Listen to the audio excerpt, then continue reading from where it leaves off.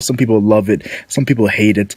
I don't really mind. I've been doing that for like since 9 months, since the channel actually started, since Legend Mac actually started. I've been doing that intro, but that's not what I'm here to talk about. I'm here to talk about something really interesting. I have a Dragon Ball Super channel, and I know Dragon Ball Super, a lot of people hate it. They think it's milking the Dragon Ball series. I have a channel where I discuss some of the recent events in the series and just some theories, discussions, maybe how strong videos. That will be on SS Smack. I'll put the link in the description box down below and in the comment section. So if you're a Dragon Ball fan, I think you should check it out. But if you're not a big fan of Dragon Ball, don't subscribe. I'll tell you right now, if you don't like the channel, don't subscribe. That's what I'm telling you guys right now, because I don't want no just subscribing for because I told you to. No. If you like it, subscribe. If you don't like it, don't subscribe. I also want to say this: today's video about Aokiji, this is a Patreon video, and with this video today, this January will be the last month for Patreon. I am closing down the Patreon after January. There was an incident going on with another individual, I won't name the names, revolving around video requesting, and I thought I had to close it down because of something that happened. I don't want to put it out in public, but I do want to say this video, How Strong is Aokiji, is recommended by Sala, who recommended it to me in Patreon, and I thought I would do it right away. And let's just get to the video. No more talking. How strong is Aokiji? Aokiji, Kuzan, the pheasant. I don't know what you guys want to call him, the blue pheasant. I'm not too sure what you guys want to call him, but he is one of the former 3 admirals. And we know the 3 admirals were one of the staples in the One Piece series when talking about power. We had the Yonko, we had the admirals, and we had the Shichibukai, or the warlords. Those are the 3 staples and protecting the balance of the One Piece world. And the fact that Aokiji amongst the admirals, it's like, yo, think, why are you making this video, Mac? Aokiji's are amongst the admirals. You're just gonna say admiral level. This video is gonna be a little bit different. It's not gonna be just levels. I gotta look at these fights, and I actually gotta tell you how strong it is. It's gonna go deeper. Yes, it's gonna go deeper than actual levels. Aokiji is one of my favorite characters. Yo, he's not my top 10, but he's still one of my favorite characters. He's just a badass character. Yo, I gotta say this. And I also want to say this: now Aokiji is a lone wolf. He is a former admiral. He's not a part of the admirals now. We know that he's been doing some stuff in the black market with some weird dudes, so I'm not too sure what Aokiji's planning. And yeah, let's get to the video. Now, we know Aokiji as a young marine was under the tutelage of Garp, and I told you guys, people who are under Garp, I give them much respect. We know Kobe and Helmeppo are right now under Garp, and end of story. I think Kobe and Helmeppo are going to be so OP, so overpowered, so powerful. He's going to shock the whole fan base. I think Aokiji, the fact that he was under Garp, it's so much respect to Aokiji's power, and it shows why he got that power. And I'm telling you right now, Aokiji's going to shock a lot of people when he shows more of his abilities. Now, we saw in the Ohara flashback Aokiji with his dove fruit, the ice fruit. Yeah, he pretty much wrecks a lot of people, and we saw that when he wrecked Saul. I think it was Saul D. Jaguar, the vice admiral, one of the D's. This is what I'm telling you guys right now. At that time, Aokiji was a vice admiral, but he wrecked Saul in like 1 second. It just shows you the difference between vice admirals. Vice admirals is not just like admiral level. When it comes to admirals, you can easily say this guy's admiral level, but when it comes to vice admirals, the power varies so much. You see some guys like Bastille or Maynard, and then you see some guys like Momonga, Smoker, Doberman, Onikimo. It varies so much when it comes to the vice admirals. And we know the greatest vice admiral is Garp, because he never left the vice admiral position. He always stayed as a vice admiral.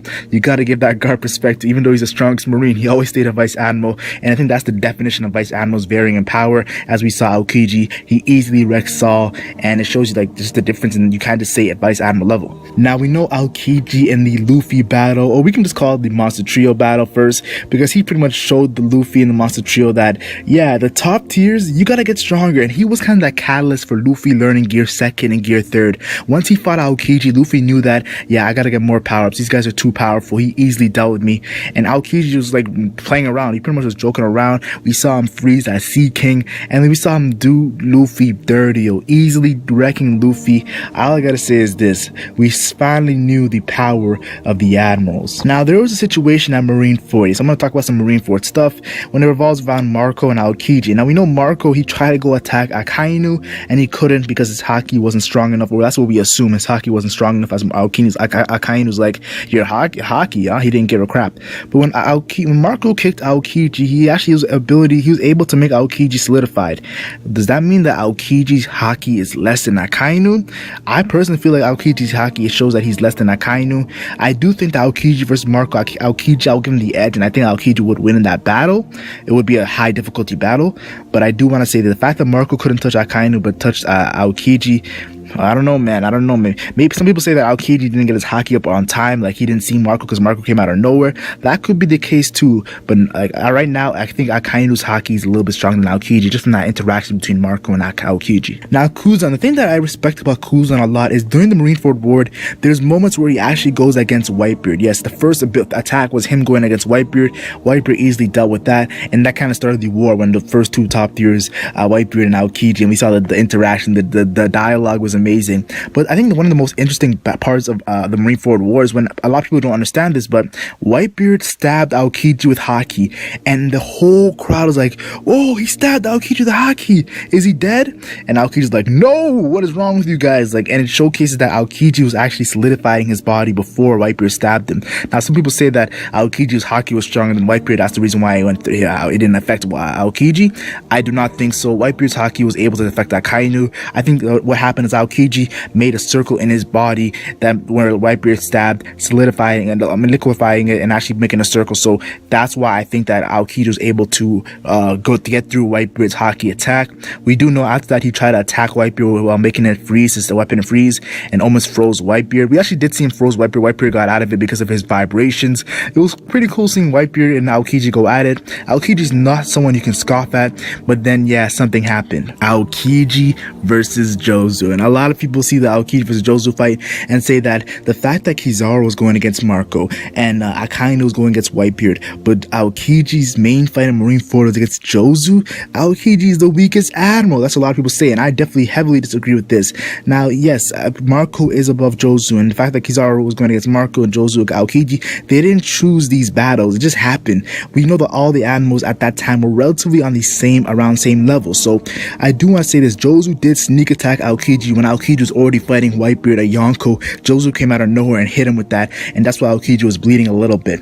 But we saw later in that fight, Aokiji pretty much dealt with Jozu. Now we do know Jozu was distracted, so I'm not gonna disrespect Jozu just because he got distracted because of Whitebeard. But I do want to say this: Aokiji is the only person who actually took he's not the only person, but he took a body part. He took an arm from Jozu. You gotta give some respect to Aokiji, and he easily dealt with him. But Jozu was distracted. Was given that benefit of the doubt. Now the Ace versus Aokiji battle, and a lot of people love to hype up this battle to the point in which they think that Ace is stronger than Aokiji. Me and Ty be going at it in those dreams. I just want to say this, Ace's fruit did have the edge against Aokiji. Fire and ice, fire melts ice, but in that clash, Aokiji didn't get overwhelmed. It was just a clash in which it showed that Ace's Devil Fruit had the advantage against Aokiji. We know that when it comes to that gives Ace a good advantage, but Ace, when it comes to haki, he was not that great at haki. We know the admirals were amazing at haki, so Aokiji could do many things, many different things to go and defeat Ace, and that's why I feel like when it comes to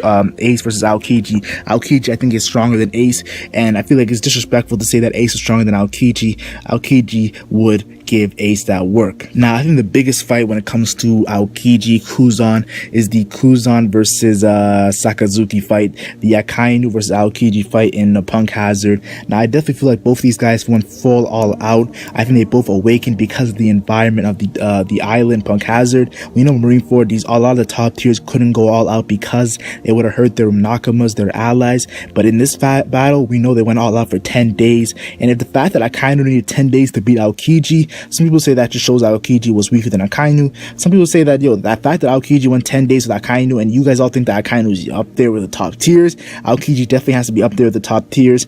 Now, this was 2 years ago, but I do want to say this. This is one of the biggest fights in showing that Aokiji is legit, and you can't disrespect him. Now, people say that Aokiji had the edge with the Ice Devil Fruit versus the Magma Fruit, and that's why Aokiji lasts for 10 days. I'm telling you guys right now, Aokiji was strong enough to last 10 days because he was on the same level as Akainu. These guys were polar opposites, and one had to win and show that they were stronger, and I feel like Akainu won. Now, people say that Akainu might have done something dirty. We don't know yet, but I feel like Akainu is stronger right now than Aokiji. Now, the final clash I want to talk about, which really isn't serious compared to the other ones, is the Doflamingo versus Aokiji clash, where Aokiji freezes Doflamingo. Doflamingo breaks out of it, and they're just looking at each other, and then Doflamingo walks away.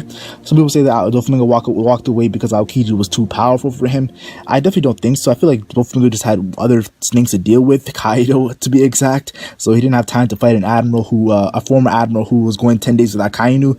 I definitely feel like Aokiji was stronger than Doflamingo. People say Doflamingo was stronger than Aokiji. Nah. I feel like Aokiji was stronger than Doflamingo, but it would not be like a one-shot fight. It would be definitely at least a mid-diff, maybe high-diff, but it had to be a mid-diff fight if Aokiji fought Doflamingo, because, Doflamingo is not someone you can scoff at, but I think Aokiji would have the edge. Now, a lot of people like to disrespect Aokiji when it comes to Aokiji is under Blackbeard. Blackbeard is one of the Yonkos. We know Blackbeard had a situation where he ran away from Akainu 2 years ago. I told you guys, Blackbeard made his name during the time skip, not when he after Marineford. That's when he didn't become a Yonko. He became a Yonko during the time skip. So I definitely feel like Blackbeard running away was strategic, and now Blackbeard's a different animal. 2 years with the two strongest, arguably Parmesia and Loki Fruits. He's gonna do crazy things, and Aokiji's now under him. Now people are saying Aokiji's now under him, he's just an ally. Well, we saw Jesus Burgess and Blackbeard talking about Aokiji in the same manner as Shiryu of the Rain, and we know 100% that Shiryu of the Rain is part of the crew. So I definitely feel like Aokiji is 100%, or maybe 80% a part of the crew, and that just makes the Blackbeard pirates even more scary than they already are. Now I gotta talk about how strong do I think Aokiji is. When it comes to Aokiji, I can't just say he's admiral level, because we know he was admiral at the beginning, so it would be kind of dumb, it would be a lame video just if I said he was admiral level. But if I have to say Aokiji, I would think that he's high tier admiral. A lot of people say that Kizaru was stronger than Aokiji, and back in the day I made a video top 10 strongest where I said that Kizaru was stronger than Aokiji.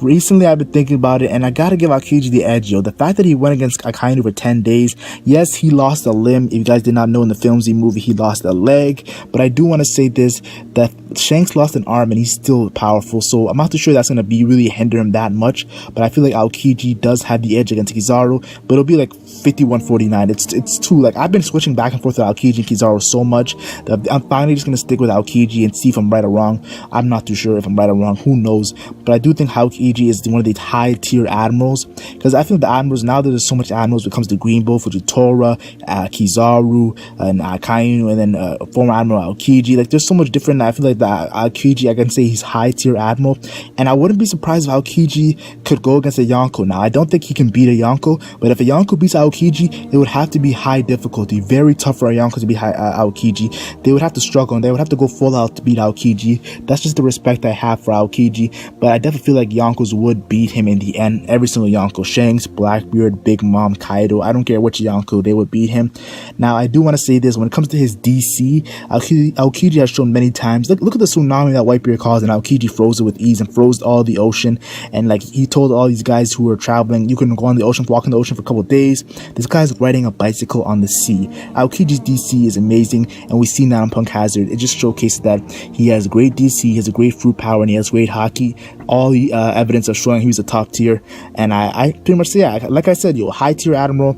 I do think Akainu has gone out of the, I don't want to talk about Akainu, this is another video, how strong is Akainu, but that's pretty much it. Tell me your thoughts in the comment section. How strong do you think Aokiji is? Some people say he's weaker than Kizaru, one of the weakest admirals. Some people say he's one of the strongest admirals. Some people just say he's in the even.